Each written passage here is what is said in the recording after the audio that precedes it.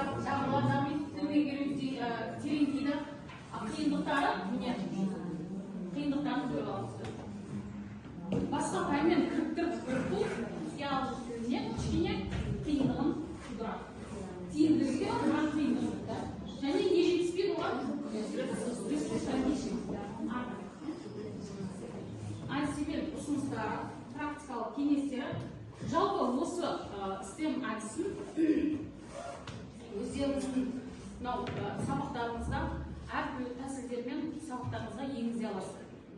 Сонымен қатар жобалық жұмысқа жұмыс жасауға болады, зерттеулік, тәжірибелік зерттеулер жасауға болады, сосын бағдарламалау. Енді осының ішінде мен айтып өтейін, бізге қарасты, біздің жетісайға қарасты мектепте біздің әріптесіміз бар. Сол кісімен бірге мен соавтор болып, жобалық жұмысына соавтор болдым.